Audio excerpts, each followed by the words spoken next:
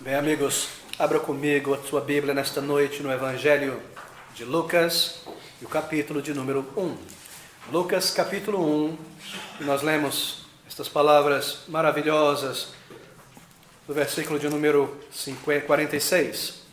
Lucas, capítulo 1, versículo 46, disse então Maria: a minha alma engrandece ao Senhor, e o meu espírito se alegra em Deus, meu Salvador. Bem, o título dessa breve meditação do Evangelho nesta noite é este: o testemunho de Maria.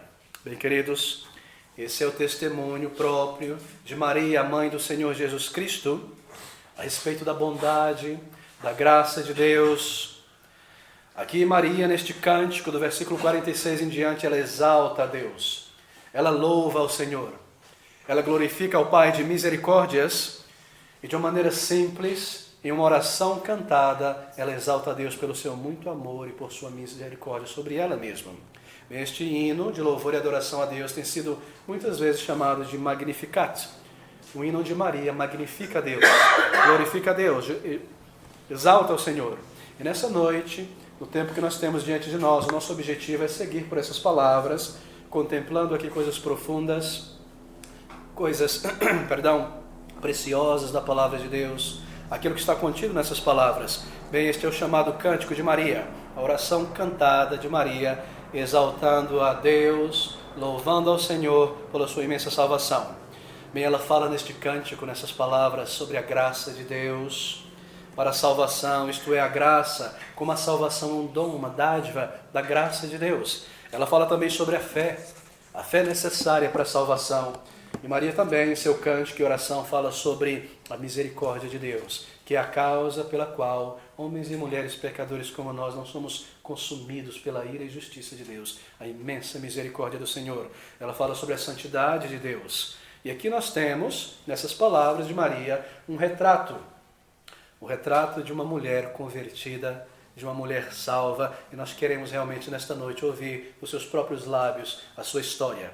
Bem, queridos, nós começamos aqui no versículo de número 18, ou melhor, no versículo de número 26. Mas antes de lidarmos com este versículo, é bem provável que Maria, quando pronunciou essas palavras, era uma jovem no final da sua adolescência, algo em torno de 18, 20 anos de idade.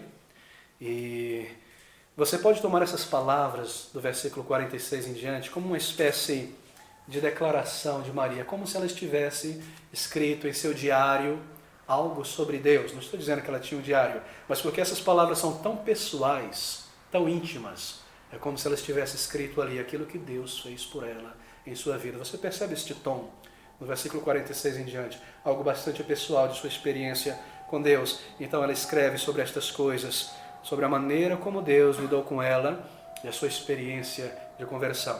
Bem, ela fala sobre duas grandes bênçãos recebidas também nesse texto. A primeira bênção foi a bênção de sua própria salvação, e nós veremos isso, como ela menciona isto. Então, posteriormente, uma segunda bênção de ser escolhida por Deus como aquela mulher que haveria de ser, ou de dar o ventre para o nascimento do Salvador de Jesus Cristo que viria ao mundo. Duas grandes bênçãos, a sua própria salvação, então a grande bênção da instrumentalidade na mão de Deus, de ser o recipiente passivo pelo qual Cristo viria a este mundo. Bem, o versículo de número 26, então.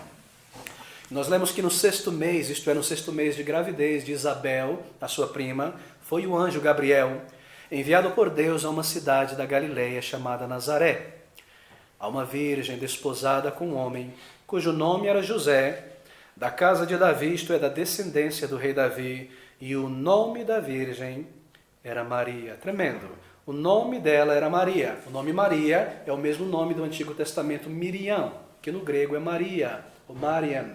Miriam, a irmã de Moisés e Arão, todos se lembram. E ela também era descendente de Davi, ou da família de Davi, uma pessoa da tribo de Judá. Todos recordam que Israel era dividido em várias tribos, os filhos de Jacó, de Israel. E Maria descendera da tribo de Judá, de onde também descendera o rei Davi. Bem, o anúncio do mensageiro do Senhor, e anjo significa mensageiro, é trazido a Maria, dizendo a ela que ela foi escolhida por Deus para uma grande missão, que ela seria um instrumento de bênçãos na mão de Deus e que ela tinha uma tarefa também diante dela. Não só a bênção de trazer o Salvador em seu ventre a este mundo, mas a tarefa de, junto com seu esposo José, criá-lo até a idade adulta dos 30 anos, quando na sociedade judaica um homem chegava à maturidade.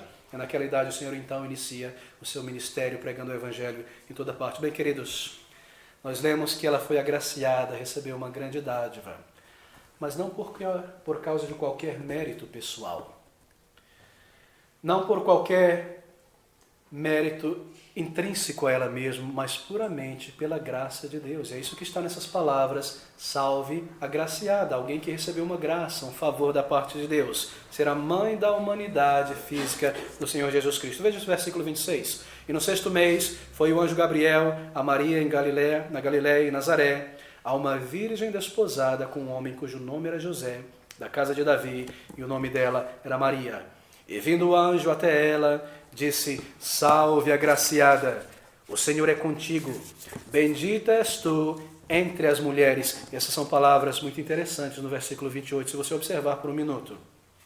Observe o que o anjo diz no versículo 28. E vindo o anjo, disse a ela: salve agraciada, o Senhor é contigo. Salve, isto é uma saudação.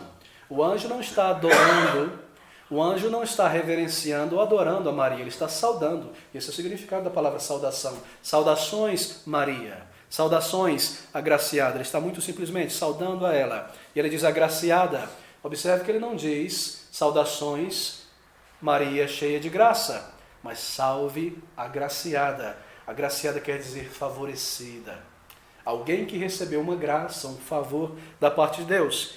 Alguém que foi abençoado, e assim nós lemos: saudações, favorecida, ou salve agraciada, o Senhor é contigo. Bem, o anjo a saúda desta maneira, porque imediatamente ele passará a dizer a ela qual é a graça, qual é a dádiva que Deus lhe dará.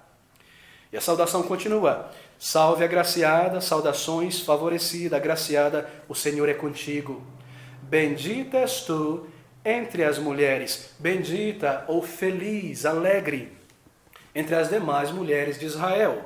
Bendita és tu entre as mulheres, isto é, entre todas as mulheres de Israel, da tribo de Judá, descendente de Davi. Maria receberia de Deus uma grande dádiva, um grande, imenso privilégio de ser a mãe humana do Senhor Jesus Cristo. E é por isso que nós temos essa saudação, saudação agraciada. Bendita és tu entre as mulheres. Observe que o anjo não diz: bendita és tu acima de todas as mulheres, mas entre as mulheres. Isso é muito importante.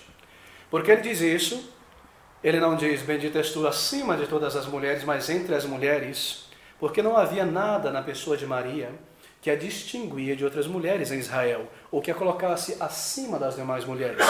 Assim o anjo diz: feliz ou bendita és tu entre as mulheres. Isso marca o fato de que Maria, como você e eu nesta noite, como todos os descendentes de Adão e Eva, nasceu neste mundo, nasceu de carne e osso como você e eu. Maria não era uma pessoa sobrenatural, e é por isso que ele diz agraciada entre as mulheres.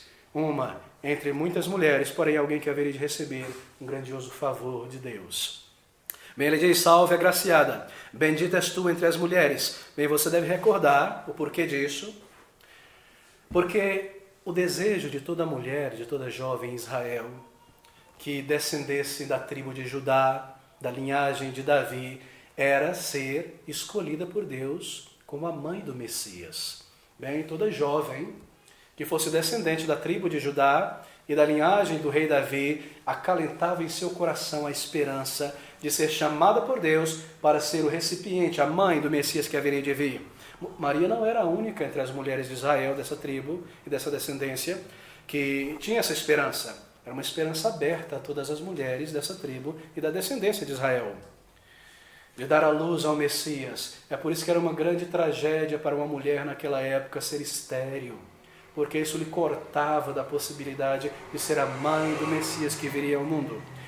Bom, nós sabemos, os judeus sabiam que os critérios para a vinda do Messias era esse, que ele seria um descendente do rei Davi e que seria da tribo de Israel. Mas havia muitas mulheres que se enquadravam nesse critério. Assim ninguém poderia dizer quem seria a mãe do Messias.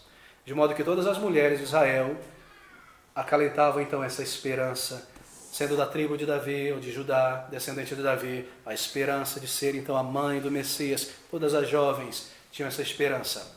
Mas a notícia do anjo a Maria, na verdade, a perturbou. Nós lemos aqui no versículo 29. Observe comigo.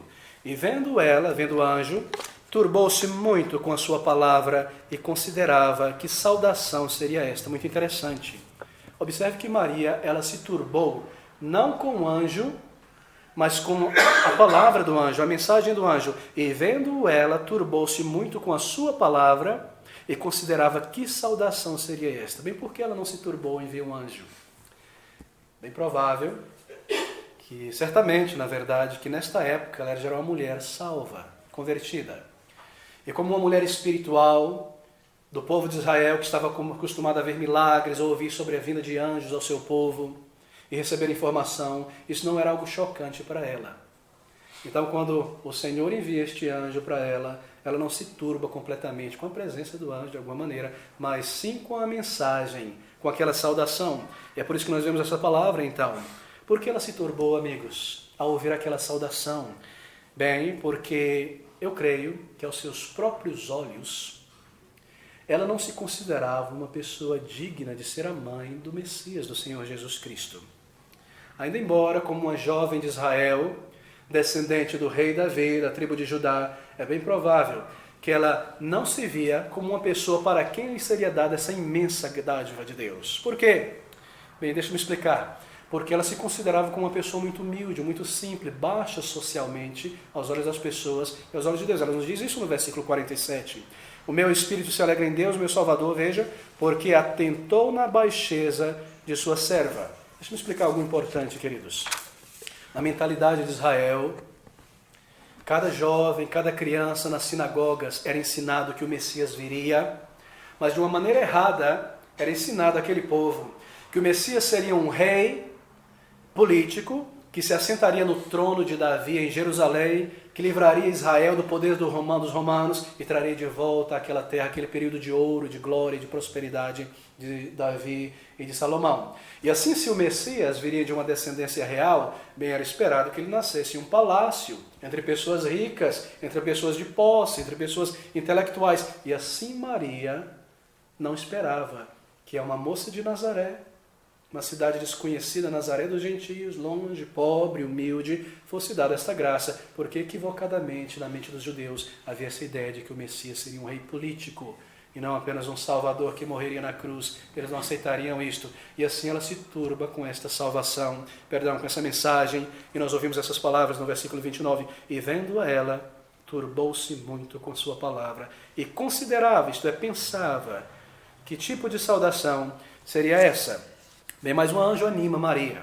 E nós lemos no versículo 33, ou melhor, no versículo seguinte, diz-lhe então o anjo, versículo 30, Maria, não temas, não se turbe, não tenha confusão em tua mente, porque achastes graça, favor, isto é, diante de Deus. E eis que em teu ventre conceberás e darás à luz um filho e chamarás o seu nome Jesus. Então o anjo anima Maria. Este será grande, será chamado Filho do Altíssimo, e o Senhor Deus lhe dará o trono de Davi, seu pai, espiritualmente falando, obviamente, e reinará eternamente na casa de Jacó, uma representação de Israel, ou da igreja, e o seu reino não terá fim. Bem, queridos, o Messias deveria nascer num berço humilde, como um servo, para se humilhar. É por isso, então, que Deus escolhe uma mulher assim, de Nazaré, de uma região desconhecida, humilde como Maria. O plano de Deus para a salvação, ouça essas palavras, ele virá, o seu nome será o Salvador, e então ele reinará, como Davi reinou. Pois embora Davi reinasse politicamente, por um período curto, com a força da espada, Jesus Cristo, o Salvador, haveria de reinar pela graça nos corações de milhões de almas, e para sempre, pessoas que o buscariam um dia, e se entregariam a Ele, e receberiam seu perdão, então Ele reinaria em suas almas, e no novo céu e na nova terra que um dia Ele haverá de criar. E o nome dele será chamado Jesus, versículo 31, e chamará o seu nome Jesus. Você sabe qual é o significado do nome Jesus? Bem, Jesus é o nome grego de Josué, do Antigo Testamento. E Josué significa Deus é a salvação, ou do Senhor é a salvação. É interessante. E o seu nome será a salvação de Deus, porque foi para isso que Jesus veio a este mundo. Para salvar aquilo que se havia perdido, para reconciliar homens e mulheres necessitados com Ele mesmo. A palavra de Deus nos informa e nos diz que em nenhum outro homem ou mulher na face da terra há salvação. Porque debaixo do céu nenhum outro nome há dado entre os homens por quem devemos ser salvos. João Batista, que viria primeiro que Jesus, preparando o caminho para Cristo, quando ele viu Jesus Cristo, ele apontou o dedo e disse: eis o Cordeiro de Deus, que tira o pecado do mundo, o Salvador Jesus Cristo vindo a este mundo. E no versículo 35, então, nosso tempo corre. E respondendo o anjo, disse-lhe: descerá sobre ti o Espírito Santo, e o poder do Altíssimo te cobrirá com a sua sombra. Será uma obra miraculosa, Maria.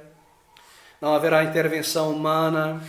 É o Senhor que haverá de fazer isso, Ele mesmo virá a este mundo. Então, de volta ao versículo 32, e será grande o seu nome, chamado Filho do Altíssimo, o Senhor Deus lhe dará o trono de Davi.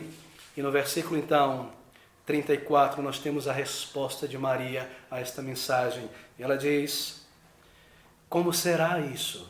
Como se fará isto, visto que não conheço homem algum? E, obviamente, ela conhecia muitos homens, mas o que ela quer dizer é que ela não conhecia nenhum homem fisicamente. Ela não estava casada ainda. Ela estava noiva de José, mas o casamento ainda levaria alguns meses. Normalmente o casamento entre o noivado e a consumação era em torno de 10 meses, 11 mesmo, em Israel. E ela estava esposada, esperando o momento certo para o casamento. E assim ela pensa: como isso pode ser, visto que ainda não conheço nenhum homem. E a resposta do anjo é tremenda nessas palavras. Oh, queridos, ouça essas palavras. Respondeu o anjo, versículo 35, descerá sobre ti o Espírito Santo e o poder do Altíssimo. Maria, não haverá participação de um homem humana. Essa será uma obra de Deus. Quem haverá de vir a este mundo é o Criador, o Salvador.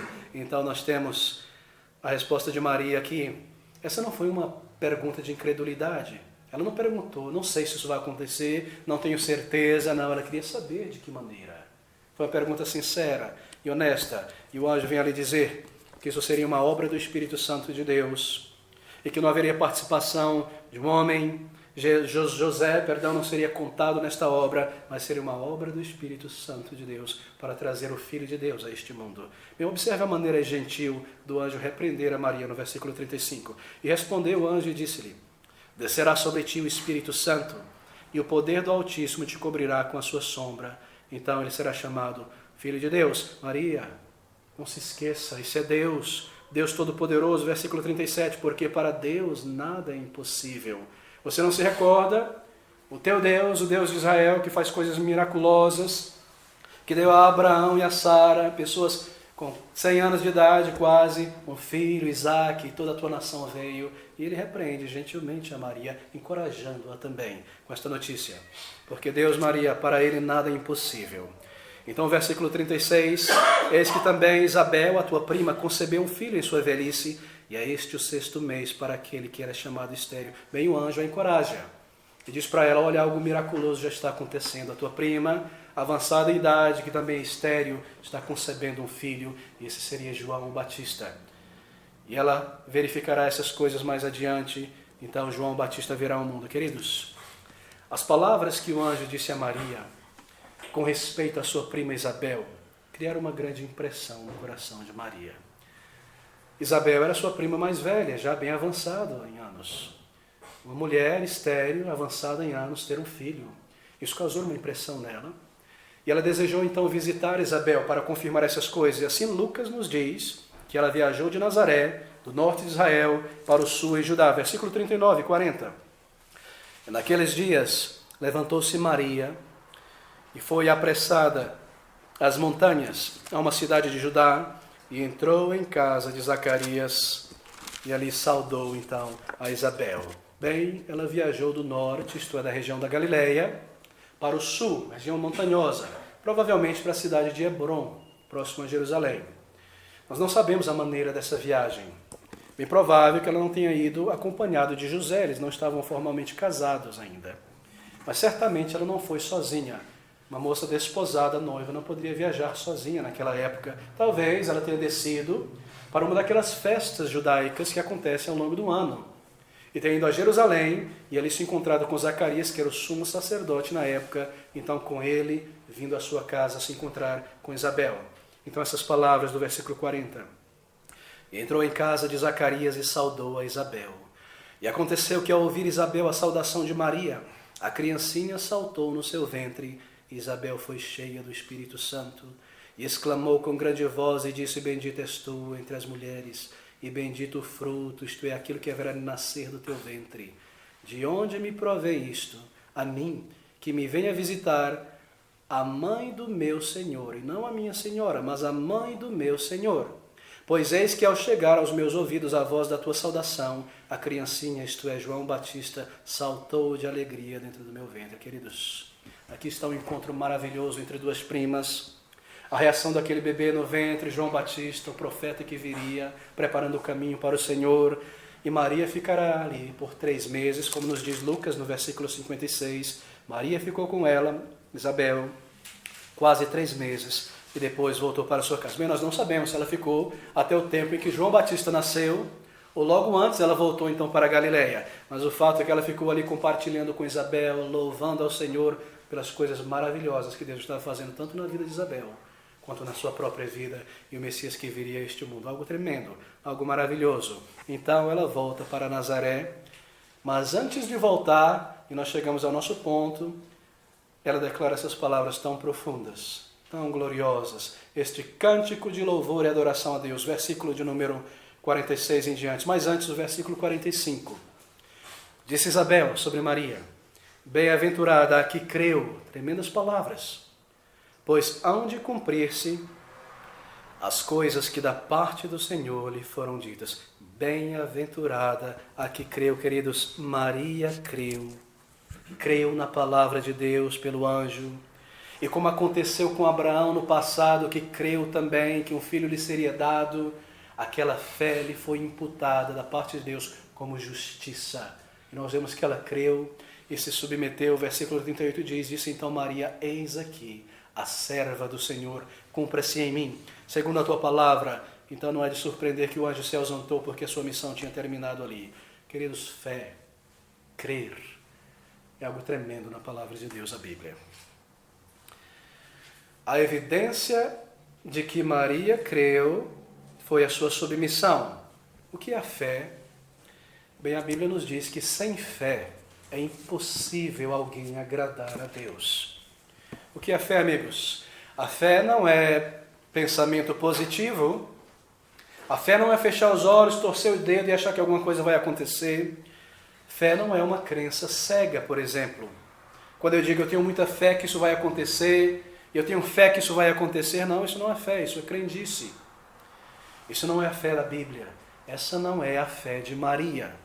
Isso é nada mais do que credulidade, crendice. Fé é uma confiança e uma dependência na verdade da mensagem de Deus. Nós vemos que Maria creu na mensagem.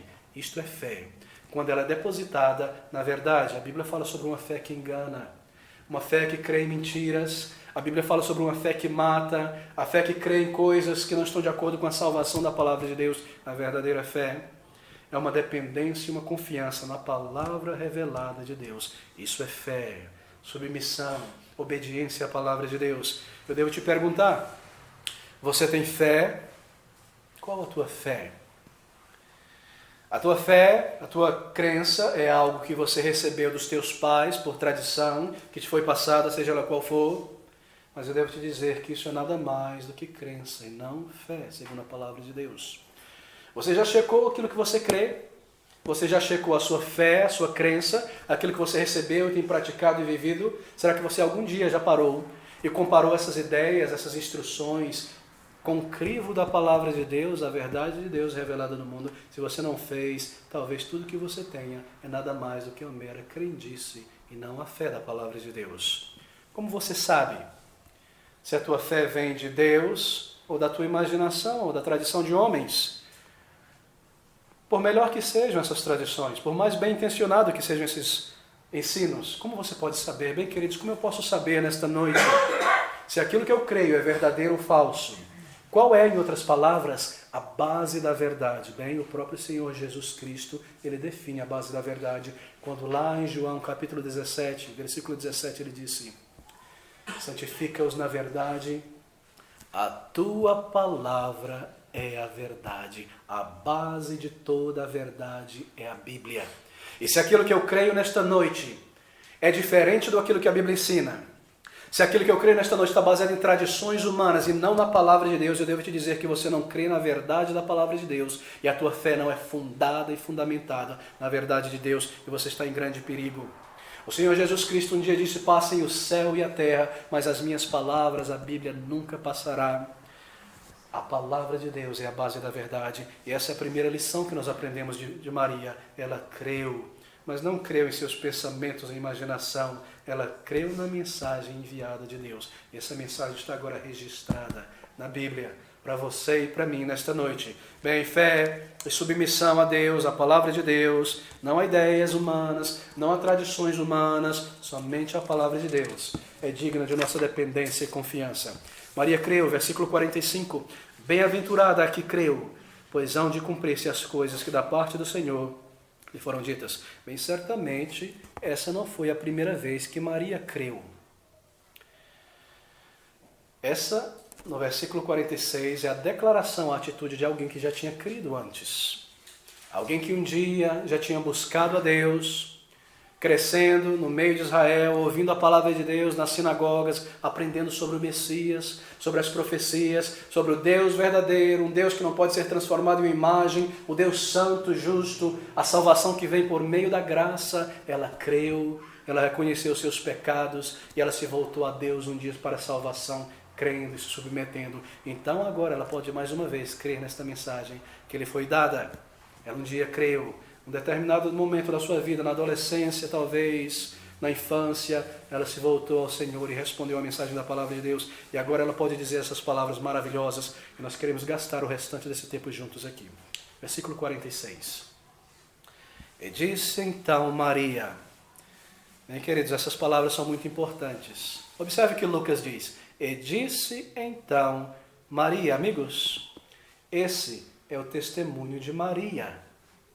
As suas próprias palavras. Aqui não está o testemunho da igreja sobre Maria, mas o próprio testemunho dos seus lábios. Suas próprias palavras sobre si mesma e sobre a grande graça e favor que ela recebeu de Deus. E disse então Maria, esse é um hino, uma oração de louvor e celebração a Deus. Maria, ela adora a Deus. Ela engrandece a Deus, um reconhecimento grato da verdade de Deus que se cumpre na vida dela. E ela adora a Deus por duas coisas. Eu gostaria que você marcasse assim tua mente nesta noite. Primeiro, você verá isso, ela adora a Deus por sua própria salvação recebida de Deus. E então ela adora a Deus pelo imenso privilégio, a dádiva de ser o ventre pelo qual o Salvador viria a este mundo. Eu gostaria que você considerasse isso com calma nessas palavras, porque nós veremos isso. A primeira grande bênção, o seu encontro com o Senhor Jesus Cristo, a sua própria salvação. E ela inicia com essas palavras: a minha alma engrandece ao Senhor. A minha alma proclama a grandeza do Senhor. E a palavra Senhor aqui é a tradução do nome de Deus, Jeová. A minha alma engrandece a Jeová. E o meu espírito, são termos sinônimos aqui, dentro de mim, ela diz. Eu louvo ao Senhor. Eu exalto, eu levanto a honra do Senhor e o adoro e o louvo e o engrandeço. A minha alma dentro de mim, eu engrandeço ao Senhor e o meu espírito se alegra em Deus. A minha alma, o meu espírito louva ao Senhor. Por quê? Porque ela faz isso? Ela nos diz, porque Deus é meu Salvador. Observe, a minha alma engrandece ao Senhor e o meu espírito se alegra em Deus, meu Salvador. O meu espírito se alegra em Deus, meu Salvador. Ela diz, Deus é meu Salvador. Veja o que Ele fez por mim. Ele um dia me salvou.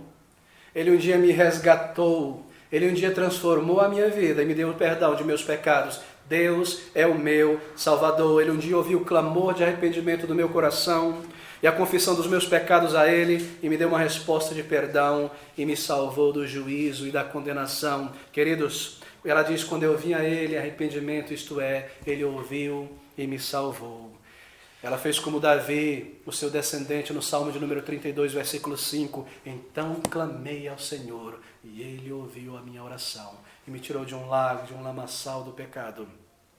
E removeu toda a minha culpa, e me deu salvação, e agora então eu exalto, eu louvo, eu engrandeço ao Senhor. Esse é o cântico de Maria.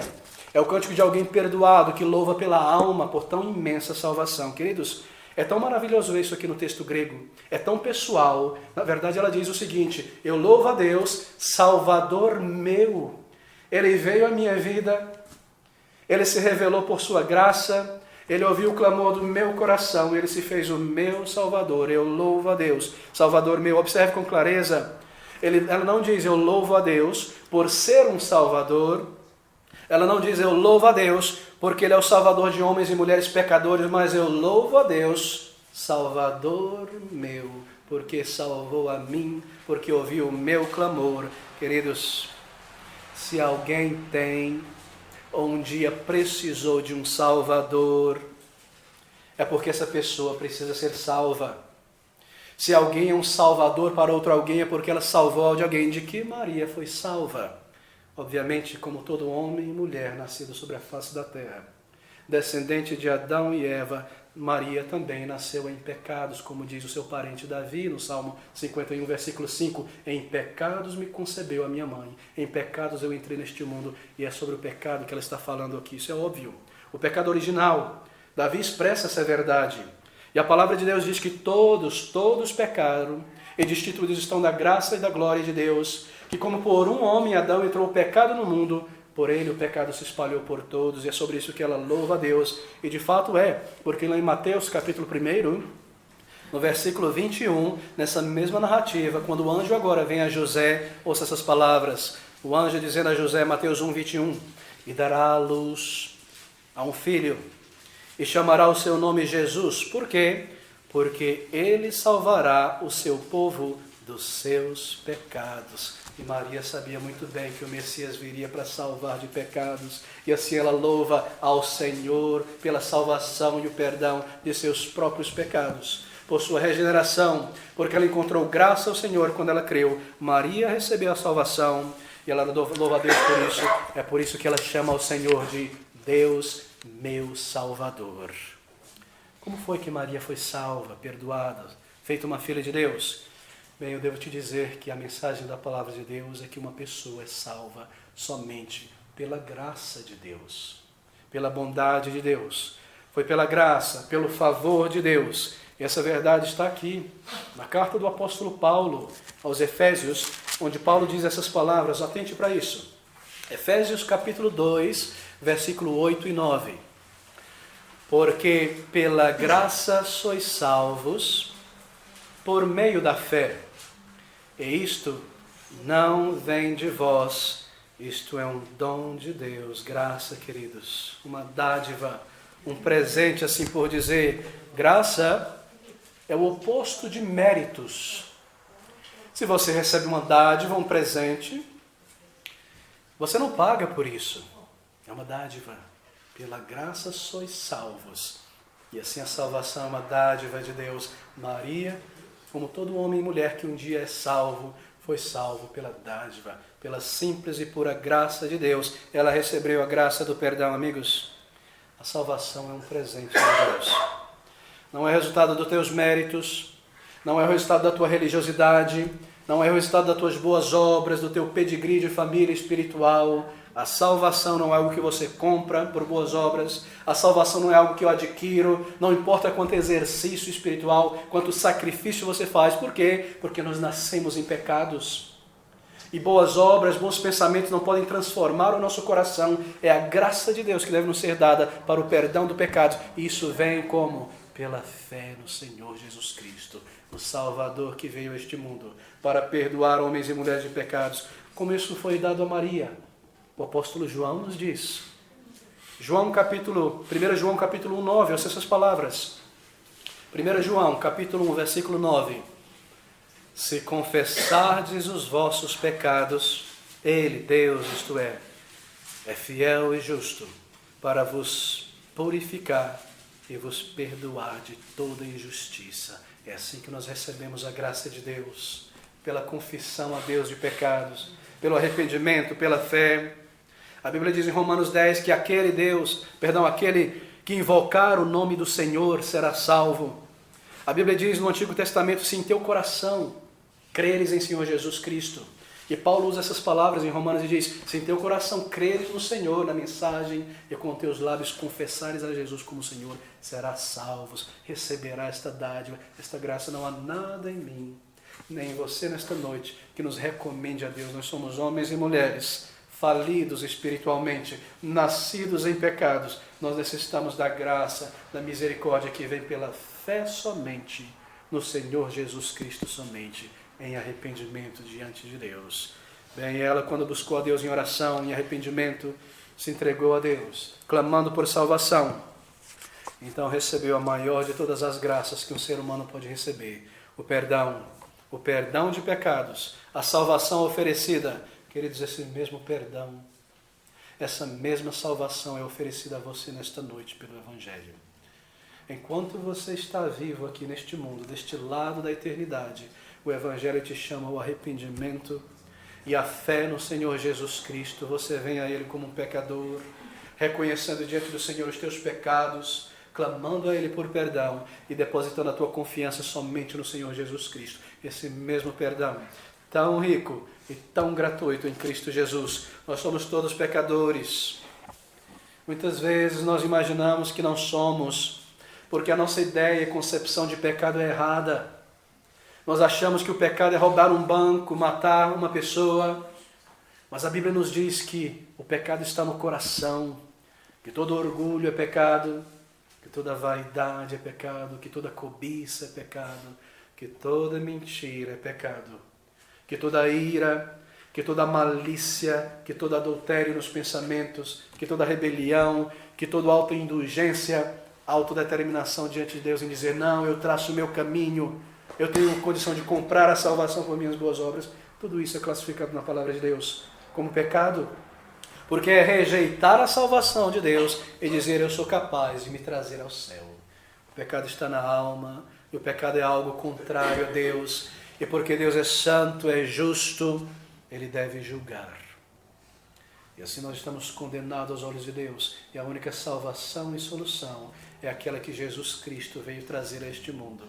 Pelo seu sangue, por sua vida tão preciosa. A Bíblia diz que aquele Jesus que não conheceu o pecado, Deus o fez pecado por nós. Isto é, o fez um sacrifício por pecadores. Somente Jesus pode perdoar e santificar. E o nosso tempo está correndo, mas esta é a verdade da palavra de Deus. Você deve vir a Jesus enquanto há tempo e buscar nele somente o perdão e a reconciliação. Ouça essas palavras do versículo 48. Porque atentou na baixeza de sua serva. Todas as gerações, então, me chamarão de bem-aventurada. Por quê? Porque as gerações seguintes a chamarão de bem-aventurada, feliz, não por alguma coisa que ela fosse em si mesma ou tenha feito, mas pelo que foi feito por ela. Não por alguma perfeição ou mérito próprio, mas porque o Senhor deu a ela a alegria da certeza de salvação e o tremendo dom de ser um instrumento nas mãos de Deus para a vida do Salvador. Queridos, Maria era uma mulher humilde que temia a Deus e que temia a sua palavra. Então ela diz, todas as gerações me chamarão abençoada. Observe que ela não diz, e todas as gerações virão buscar a minha bênção, mas todas as gerações me chamarão abençoada. Maria não podia nem pode abençoar ninguém, porque somente Deus o pode fazer, somente Deus pode perdoar. Somente Deus pode salvar, somente Deus pode responder uma oração. Esses são atributos de Deus, e assim toda oração é dirigida àquele que somente pode conhecer os corações de milhões de seres humanos e dar uma resposta de paz. Observe que Maria também não diz, desde agora todas as gerações me considerarão medianeira, ou comediador, ou mediatrix, ou um objeto de veneração, mas todas as gerações me considerarão uma pessoa que foi abençoada por Deus. Isso é verdadeiro, é isso que está na palavra de Deus. Você não encontra nada do tipo contrário a isso em toda a palavra de Deus. O que ela está dizendo aqui é que todas as gerações de agora em diante louvarão ao Senhor pelo benefício que Ele me fez. É isso que ela está dizendo, queridos. Maria reconheceu o benefício que Deus lhe outorgou. Me fez grandes coisas, versículo 49, porque me fez grandes coisas, o poderoso, observe agora, e santo é o seu nome. Santo é o seu nome. A primeira coisa que ela me fez está no plural, que ele me fez grandes coisas, foi a salvação de minha alma. E a segunda coisa foi esta dádiva tão tremenda. E santo é o seu nome. Santo é o nome de Deus. Maria, se ela pudesse olhar do céu agora, sobre a terra, e milhões de pessoas a chamando de santa, ela se entristeceria profundamente na alma, porque ela mesma declarou que esse pronome de tratamento, santo, santíssimo, somente ao Senhor pertence. Santo é o seu nome. Queridos, a salvação é a maior de todas as graças, a maior de todas as dádivas. Louva ao Senhor. Ela diz, por esses benefícios, por tudo que fez por mim, porque me fez grandes coisas. Se você está buscando a Deus nesta noite, e você deseja conhecer e se aproximar dele, deixe-me dizer isso. A primeira coisa que você deve buscar de Deus é o perdão de pecados e a salvação. Talvez você tenha uma necessidade, um grande problema a ser resolvido, e você deseja que Deus te ajude, mas não venha a Deus por causa disso primeiramente. Venha pelo perdão, pela reconciliação e pela salvação, porque foi assim que Maria fez. Então, depois da salvação, ela recebeu instrumentalidade e a bênção de glorificar a Deus e ser um instrumento na mão de Deus. Venha a Deus primeiro pela salvação. Venha como um pecador convicto, arrependido, confessando a Deus e clamando por vida eterna. E assim Deus o faz, porque depois que Ele salva uma pessoa, Ele abençoa, e Ele usa esta pessoa para glorificar o seu nome e proclamar o seu evangelho, e Deus cuida. Talvez você esteja preocupado com algo para o futuro, a velhice esteja chegando. Como é que vai ser para a minha vida? Uma enfermidade, algum problema muito grande. Venha primeiro a Deus para a salvação. Então, depois que você for salvo, os teus pecados foram perdoados, Deus te abençoará, porque Deus cuida dos seus filhos e filhas. A Bíblia diz que Ele é o pai dos órfãos, e veja como Deus cuidou de Maria, mesmo na velhice. João capítulo 19, versículo 25, nós ouvimos essas palavras tão tremendas. O Senhor Jesus Cristo, o Filho humano de Maria, estava ali naquela cruz, concluindo toda a sua missão. Nós lemos em João 19, 25, e junto à cruz de Jesus estava sua mãe. E a irmã de sua mãe, Maria, mulher de Clopas, e Maria Madalena. Ora, Jesus, vendo ali a sua mãe, e que o discípulo a quem ele amava, isto é, João, estava presente, disse à sua mãe, mulher, eis aí, João, o teu filho. Depois disse ao discípulo, eis aí a tua mãe, e desde aquela hora o discípulo a recebeu em sua casa. Veja como o Senhor Jesus providenciou para a sua velhice. José já tinha falecido, os outros filhos de Maria, irmãos do Senhor Jesus Cristo, tinham se disperso por causa da perseguição contra a igreja, e ali estava o Senhor Jesus Cristo cuidando da sua própria mãe, porque quando você vem a Jesus para a salvação, Ele não vai se esquecer de você no futuro, mas venha primeiro para a salvação. Deixe de lado qualquer outra preocupação, considere a tua maior necessidade de perdão. Se você terminar os teus dias hoje, a tua alma estará na presença do teu Criador, como um pecador não perdoado, como um pecador não arrependido, para a condenação, para o juízo de Deus. Venha pela fé a Jesus, para a salvação. Então saiba que as demais coisas serão acrescentadas por Ele. Busque primeiro o reino de Deus, a salvação e o perdão. Nós lemos sobre isso neste período de João aqui. Maria provavelmente com 53 anos, se o Senhor Jesus nasceu quando ela tinha 20, aqui 33 anos de idade, sendo crucificado, já com uma certa idade avançada para a época. José, provavelmente morto, os demais filhos despertos. O apóstolo João a recebe como uma mãe, e ela a recebe com todo respeito como um filho. O Senhor provê para ela. Queridos, e nós vemos como depois ela serve ao Senhor e proclama o Evangelho, porque lá em Atos, no capítulo 1, e no versículo 12... ao versículo 14, nós lemos que Maria se junta à igreja. Lá em Atos, capítulo 1, depois da ressurreição do Senhor Jesus Cristo. Ali está, nós lemos, no versículo 12 e o versículo 14, Maria junto com os discípulos. Então voltaram para Jerusalém do monte chamado das Oliveiras, o qual está perto de Jerusalém, à distância do caminho de um sábado. Jesus tinha ascendido ao céu do monte das Oliveiras. E entrando, subiram ao cenáculo, uma sala muito grande, onde habitavam Pedro, Tiago, João e André, Filipe, Tomé, Bartolomeu, Mateus e Tiago, filho de Alfeu, Simão, Zelote e Judas, irmão de Tiago. E todos estes, observe, perseveravam unanimemente em oração e súplicas com as mulheres e Maria, mãe de Jesus, e com seus irmãos, os irmãos de Jesus.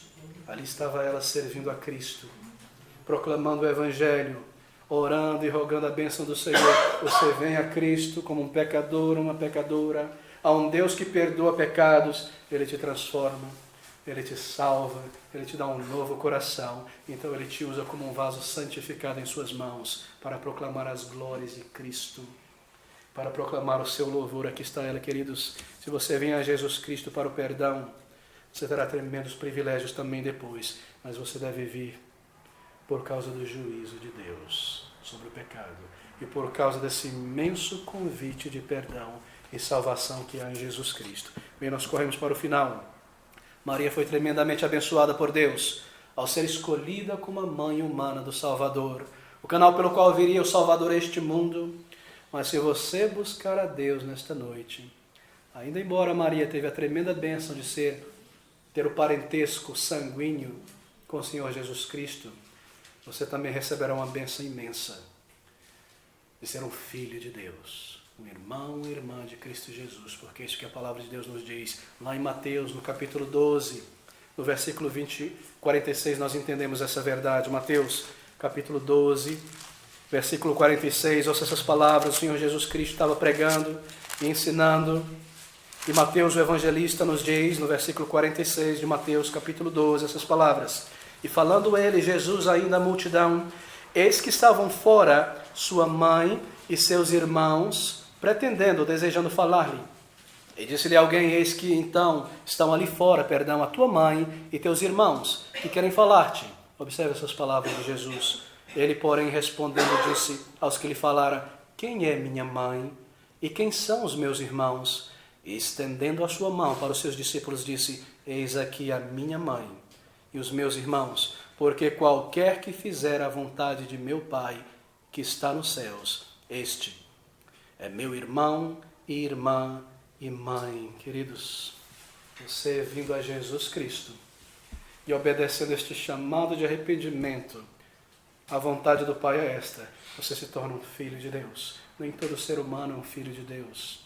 Nós somos criaturas, criados por Deus. Filho de Deus é um só, Jesus Cristo, e nós somos feitos filhos e filhas de Deus pela adoção em Jesus Cristo, pelos seus méritos. Você receberá este relacionamento íntimo com Cristo, um irmão, uma irmã, um filho de Deus. Você sabe qual é a vontade do Pai? Jesus Cristo diz, aquele que faz a vontade do meu Pai, deixa-me te dizer, está lá em João 6,40, e a vontade daquele que me enviou é esta, que creiais no nome do Senhor Jesus. Essa é a vontade de Deus para você nesta noite, que você creia em Jesus. Crer é reconhecer que salvação é só em Cristo. Crer é ver a si mesmo como a Bíblia te descreve e me descreve, como um homem, uma mulher, um pecador diante de Deus. Crer é ver a separação entre eu e Deus por causa de meus muitos pecados. E crer é como Maria fez, submeter-se a Deus, vindo a Ele, confessando os teus pecados e clamando por vida, clamando por salvação. Crer é obedecer, é se entregar. Oh, queridos, está tudo aqui. E é por isso que ela adora ao Senhor. No versículo que nós lemos, 46 de Lucas, a minha alma engrandece ao Senhor e o meu espírito se alegra em Deus, o meu Salvador. O meu espírito se alegra nele. Será que você pode fazer a mesma coisa nesta noite? Será que Deus já se tornou teu Salvador? Ou ele é meramente um Deus distante? Será que você pode dizer, Deus, Salvador meu, porque você veio a Ele pela fé, diante dele em oração, em arrependimento? Você deve fazer isso. Você deve fazer isso porque isso é um comando e um convite de um Deus que não pode mentir, porque é necessário, porque nós precisamos do perdão de Deus e da salvação do Senhor. Querido, como nós agradecemos e louvamos a Deus, primeiro por ter salvo Maria, e depois por ter usado ela como um exemplo tremendo, e por meio dela como instrumento de trazer o Salvador a este mundo. Você deseja honrar a Deus? Deixe-me terminar com essas palavras. Você deseja agradar a Deus? Você deseja respeitar Maria? Então eu te digo nesta noite, faça aquilo que Maria disse que deve ser feito. Lá no Evangelho de João, eu gostaria de concluir com este versículo. No capítulo 2, no versículo 5, nós temos as últimas palavras proferidas por Maria na terra, registradas na Bíblia. João capítulo 2, e nós lemos aqui no versículo de número 5. Este foi o primeiro milagre de Cristo Jesus. E nós terminamos aqui. O Senhor não tinha se revelado ao mundo ainda, aquela festa em Canaã, onde Ele transforma a água em vinho. João, capítulo 2, essas palavras. Versículo 1. E ao terceiro dia fizeram-se umas bodas, casamento em Caná da Galileia. E estava ali a mãe de Jesus. E foi também convidado Jesus e os seus discípulos para as bodas.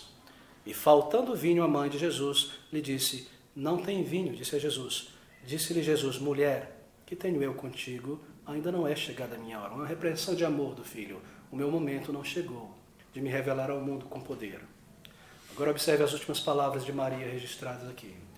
E a sua mãe disse aos serventes: fazei tudo quanto eles vos disser. Se você deseja honrar a Deus e a palavra de Deus, este é o comando de Maria para você nesta noite. Faça tudo aquilo que Jesus te disser, e Ele te diz: arrependa-te, creia no Evangelho, venha a Ele somente para a salvação. Ouça essas palavras: façais tudo o que Ele vos disser. As últimas palavras de Maria, honrando a Cristo, enviando as pessoas não a ela mesma, mas ao Salvador que veio a este mundo para reconciliar e trazer de volta a Deus aquilo que se havia perdido. Queridos, observe essas palavras, considere este cântico e este comando, considere a si mesmo. Maria considerou no versículo 48 a sua baixeza, isto é, a sua necessidade, a sua humildade no coração, indigna, mas ao mesmo tempo agraciada, e nós devemos fazer o mesmo. Não há nada de digno em nós, somente Deus pode nos fazer. Considere a si mesmo, como ela se considerou no versículo 48. Versículo 50, ela fala sobre misericórdia, do capítulo 1 de Lucas. Clame a Deus por misericórdia, clame a Deus e se entregue. Venha em arrependimento e creia. Então recorde-se dessas palavras: tudo o que Ele fizer, isso façais. Aonde você estará amanhã? Aonde você estará quando a luz deste mundo se apagar para você? E quando Deus te chamar por nome para vir à presença dEle e prestar contas, como uma pessoa salva e perdoada, uma pessoa que depositou a fé somente no Senhor Jesus em arrependimento, uma pessoa que viveu uma mera crença, não baseada na palavra. Queridos, é muito fácil descobrir. Quando uma pessoa é salva, ela recebe de Deus a certeza de salvação. Um novo coração, uma nova pureza, uma nova alegria, a descoberta da oração e de resposta de oração, um novo caráter. Então essas coisas se tornam tão grandes, tão tremendas, que você não consegue se conter, e você, como Maria, louva e agradece e exalta ao Senhor por tudo que Ele fez por você. Venha a Ele, venha pela fé como um pecador a um Deus que perdoa pecados. Entregue-se, creia e seja salvo. Deus te abençoe.